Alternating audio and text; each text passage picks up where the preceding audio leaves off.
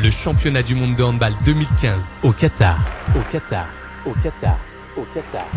Raconté par Guillaume Joly. Épisode 6. Salut Guillaume. Salut Bastien. Bravo, félicitations encore. Un gros match réalisé hier contre l'Espagne avec une première mi-temps bien maîtrisée. Et puis un retour de vestiaire un petit peu plus compliqué où vraiment là le niveau des deux défenses est encore monté d'un cran. Et du coup, vous avez eu un petit peu plus de mal à vous exprimer en attaque. Ouais, merci. C'est vrai que la première mi-temps a été particulièrement réussie. C'est vrai qu'on a monté les ballons et réussi à faire un écart de 4 buts à la mi-temps. Donc on était même un peu surpris parce qu'on savait que ça allait être compliqué et très serré. Et puis après, c'est vrai que les défenses ont pris le pas sur les attaques. Les gardiens ont fait leur show. Donc voilà, mais en tout cas, c'est vrai que ça a été un match d'une intensité rare. Physiquement, ça a été très très dur, mais en tout cas, on est très content d'avoir pu faire pencher la balance en notre faveur. C'est vrai, une fois de plus, un énorme Thierry au meilleur hier, et puis toi au pénalty, toujours impeccable. Tu permets d'ailleurs à la France de marquer son premier but en deuxième mi-temps, alors que l'Espagne revenait bien. Comment tu fais pour rester à ce point, concentré et prêt pour cet exercice ?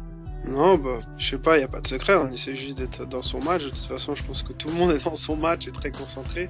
Et c'est vrai que pour l'instant, ça marche, donc tant mieux. Après, voilà, je savais aussi que c'était important sur les matchs comme ça, serrés, de pouvoir marquer les pénaltys parce que ça peut faire la différence en fin de match. Donc voilà, on est tous... je suis très content d'avoir pu participer et amener ma pierre à l'édifice sur la mission qui m'avait été proposée. Bon, pas de petit secret alors, Tu veux pas nous le dévoiler en fait? Non, pas de secret, juste essayer de s'appliquer et puis de mettre les ballons au fond. Bon, ok, on n'insiste pas plus. Du coup, on y est, un 6e finale mondiale pour l'équipe de France contre le pays organisateur, le Qatar. Un match qui va être là aussi compliqué, même si c'est vrai qu'on n'attendait pas forcément le Qatar à cette place. C'est vrai qu'en début de compétition, on savait qu'il serait compliqué à jouer chez eux. Le pays hôte est toujours plus difficile à jouer puisqu'il est porté par tout un peuple. Et voilà, là, ils ont pris confiance au fur et à mesure du championnat, ils sont montés en régime, et c'est vrai qu'ils se sont hissés jusqu'à la finale, alors voilà, ça va être un match compliqué, ils sont sur une très bonne dynamique. Donc voilà, on va déjà décortiquer tout ça à la vidéo, puis on ira s'entraîner pour faire quelques réglages en défense et en attaque, et puis voilà, demain on jettera toutes les forces qui nous restent dans la bataille. D'ailleurs, c'est une équipe qui crée la polémique, puisqu'ils ont dans leur rang sur les 16 joueurs qui composent l'équipe du Qatar, seulement 5 Qataris. Le reste, les 11 autres, viennent des 4 coins du monde, des Égyptiens, des Tunisiens, des Espagnols, des Bosniens, un Français, Bertrand Rouanet. Alors, est-ce que vous en avez parlé entre vous? Est-ce qu'on vous en parle ou pas du tout? Oui, on nous en parle. Après, voilà, ça fait partie des règles. Voilà, si nous, on s'attache pas à tout ça, on regarde l'équipe qui nous est proposée en face et on essaie de faire en sorte de la mettre en échec. Après, si les règlements permettent ces choses-là, nous, on n'a rien à dire par rapport à ça. Donc, c'est vrai que c'est une équipe avec des joueurs qui viennent d'horizons différents, mais ils travaillent depuis 6 mois ensemble pour préparer leur mondial et ils l'ont déjà réussi et ils essayeront de nous battre demain. Donc, franchement, ça va être un match compliqué. Devant leurs supporters, ils seront à fond et voilà, nous, on aura à cœur de les faire chuter. C'est vrai que ça reste quand même une très grosse équipe avec de très bons joueurs, un grand entraîneur. Alors justement, comment vous préparez, vous abordez cette finale, cette dernière marche? Aujourd'hui, ce matin, c'était repos parce que c'est vrai qu'après le match d'hier, on a eu du mal à tous trouver le sommeil. Donc on avait du repos, des soins.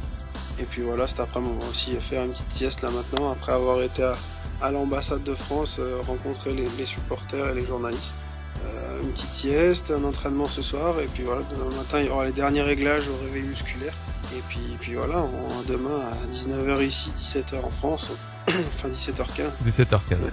On fera en sorte d'essayer de gagner ce dernier match. Et du coup, l'occasion pour l'équipe de France de rentrer encore un petit peu plus dans l'histoire avec une 5e étoile, ce qui serait historique, puisqu'aucune autre équipe a été sacrée 5 fois championne du monde. Alors est-ce que ça vous met une pression supplémentaire ou pas du tout, vous restez vraiment concentré sur l'objectif? Franchement, on n'y pense pas du tout. On va juste s'appliquer à essayer de gagner ce match et puis après on réfléchira à tout le reste. C'est clair. Bon, en tout cas, on espère, on va croiser les doigts. On regardera cette finale bien évidemment avec attention demain. Donc à 17h15, France-Qatar sur TF1 et beIN Sport.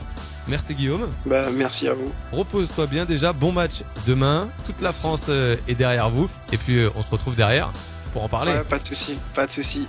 Merci, ciao.